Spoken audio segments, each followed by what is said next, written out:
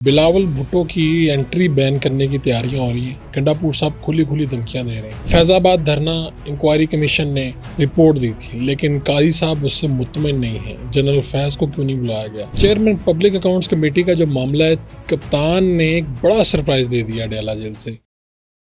बिस्मिल्लाहिर्रहमानिर्रहीम, मेरा नाम फ़ारूक वड़ाइच और आप मेरा फेसबुक और यूट्यूब चैनल देख रहे हैं।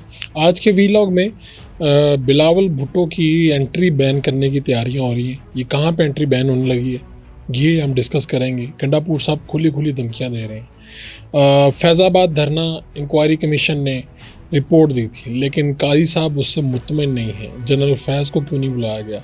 और क्या हुआ है इस इंक्वायरी कमीशन से? अब जो रिपोर्ट आई है, इसका नतीजा क्या होगा? और ये वापस भिजवा दिए गए, कहाँ भिजवाए गए? इसी तरह चेयरमैन पब्लिक अकाउंट्स कमेटी का जो मामला है, कप्तान ने एक बड़ा सरप्राइज़ दे दिया अडयाला जेल से। ये सारी बातें आज की हम इस वीडियो में करेंगे। आगाज़ इसका यहाँ से करते हैं कि जो कप्तान है उन्होंने सरप्राइज़ क्या दिया। आपको पता है, हम अपने वीलॉग में जिक्र करते आए हैं, चेयरमैन पब्लिक अकाउंट्स कमेटी का मामला है।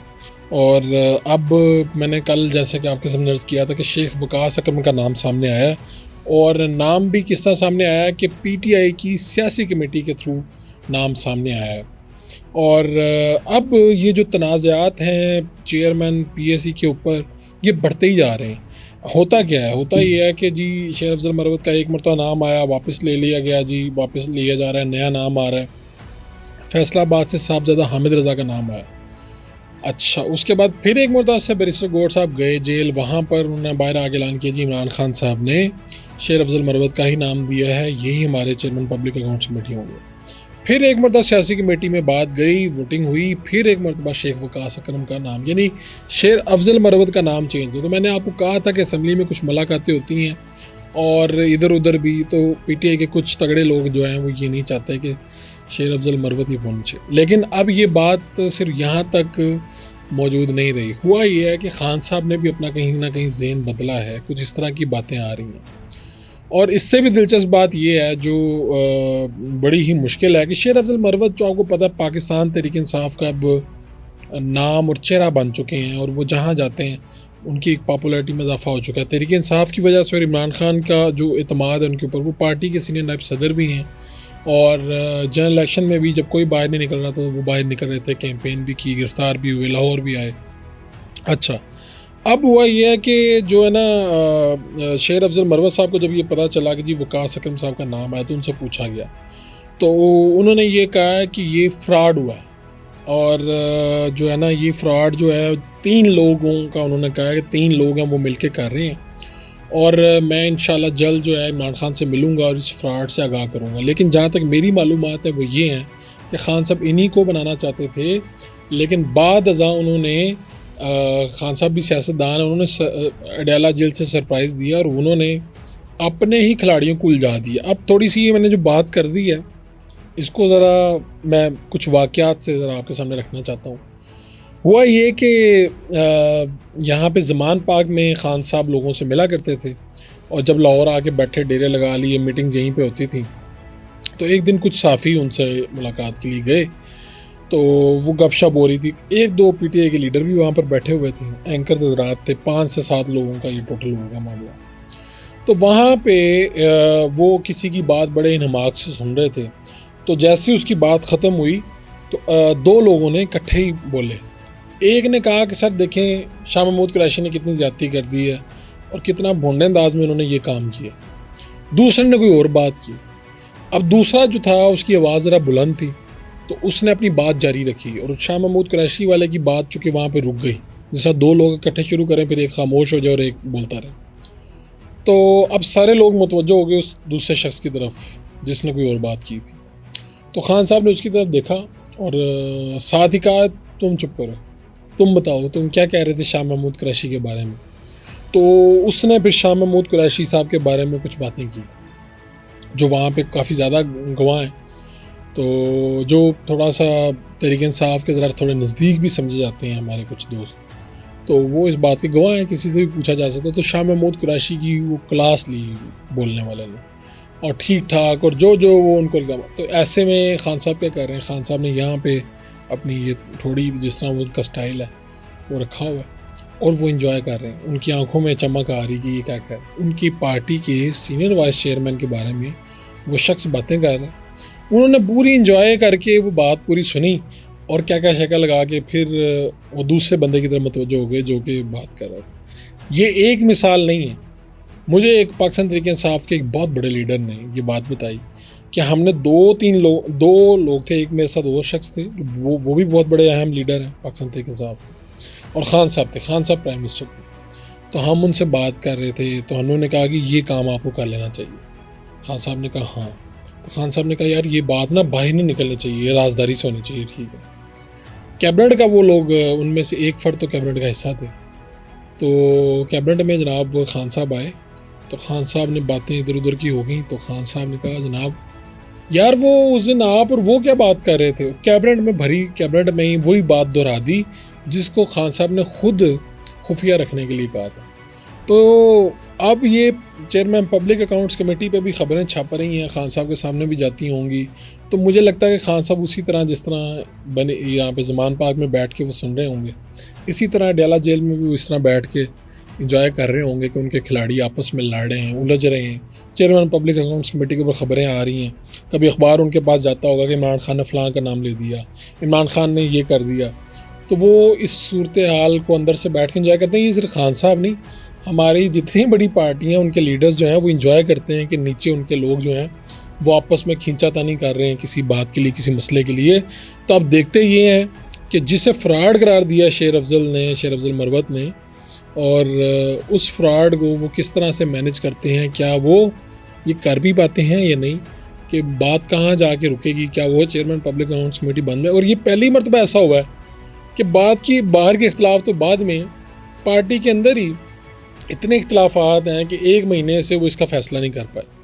खैर थोड़ा सा आगे बढ़ते हैं। वो ये है कि जी इंक्वायरी कमीशन जो है उसकी रिपोर्ट के ऊपर जो धरना क्या हुआ, फैज़ाबाद धरना हुआ, तो उस हवाले से जो कमीशन ने 3 रुकनी कमीशन था, साबिक IG और 2 अफसरान साबिक ब्यूरोक्रेट्स, उन्होंने ये इसके ऊपर रिपोर्ट जमा कराई।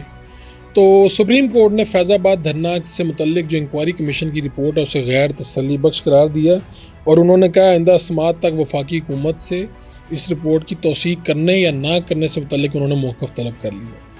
फिर ये किया कि वही जो इंक्वायरी कमीशन के चेयरमैन और अरकान है उनको वो रिपोर्ट वापस भिजवाई गई है, और उन्होंने कहा 2 हफ्तों के अंदर अंदर इसके ऊपर तहरीरी जवाब जमा करवाएं या पेश होकर वजाहत करें।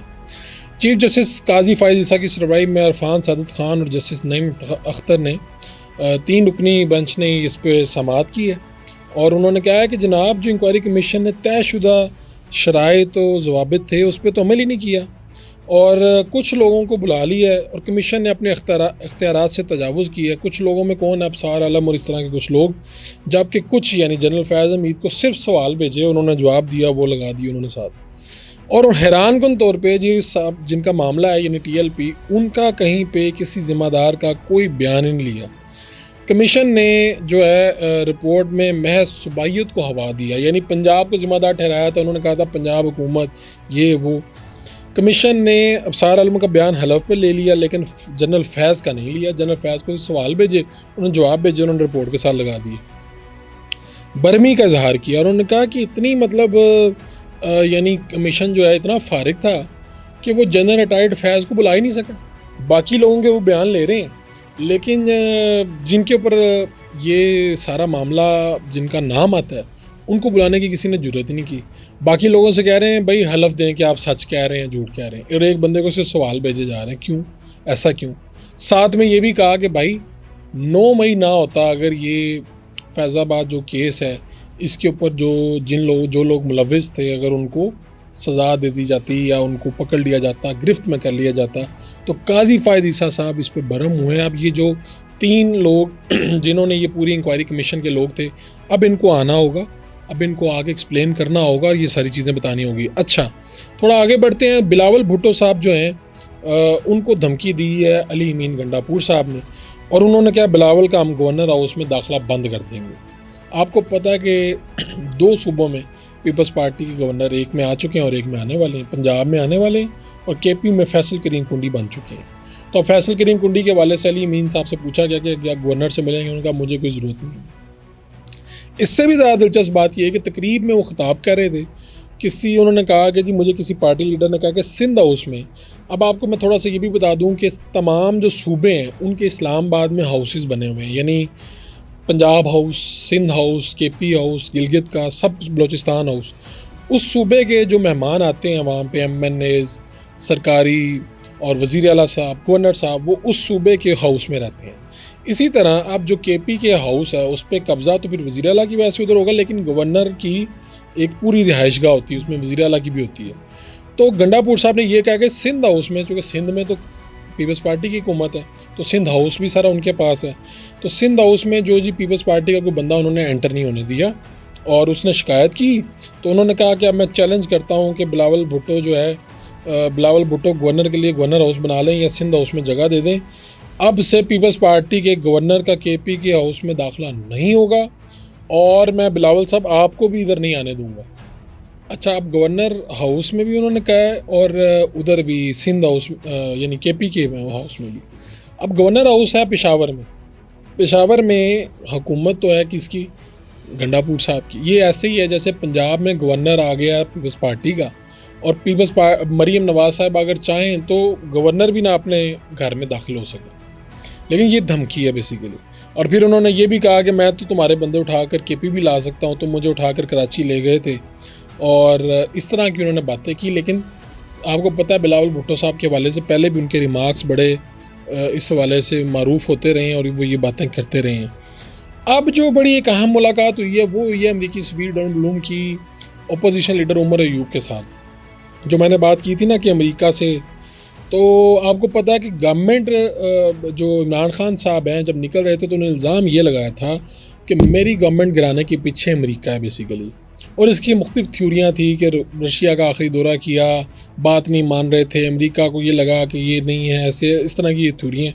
और ये जो साइफर वाला मामला और सारी बातें हैं, तो ये सारी बातें अमेरिका के। हमें याद है कि उस वक्त कौमी असम्बली और अरकान सूबाई असम्बली जो हैं, वो जो अफराद भी अमेरिकी किसी सफारतकार से मिलते थे उसको वो गद्दार कहते थे, चोर कहते थे। वो बताते थे कि अमेरिकी जो सफारतकार हैं वो यहाँ पैसे बांट रहे हैं। ये सारी खबरें छपी हुई हैं।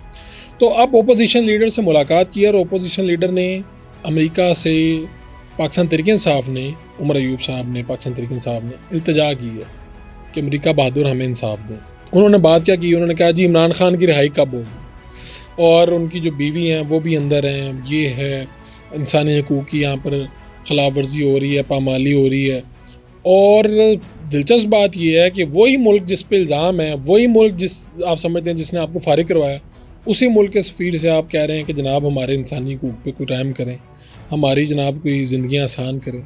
ये अपनी जगह एक दिलचस्प मामला है कि अमरीकियों को आंखें भी दिखाते हैं, वहाँ पर लॉबिंग फर्म्स भी के साथ भी ये काम करते हैं, और दूसरी तरफ उनसे मिल गई। होना तो ये चाहिए था कि ये कहते कि ये अमेरिका की वजह से चूँकि हमारी हुकूमत गई है, अमेरिका ही इन सारी चीज़ों के पीछे है, तो हम तो इनसे इनके सफ़ीर से भी नहीं मिलते।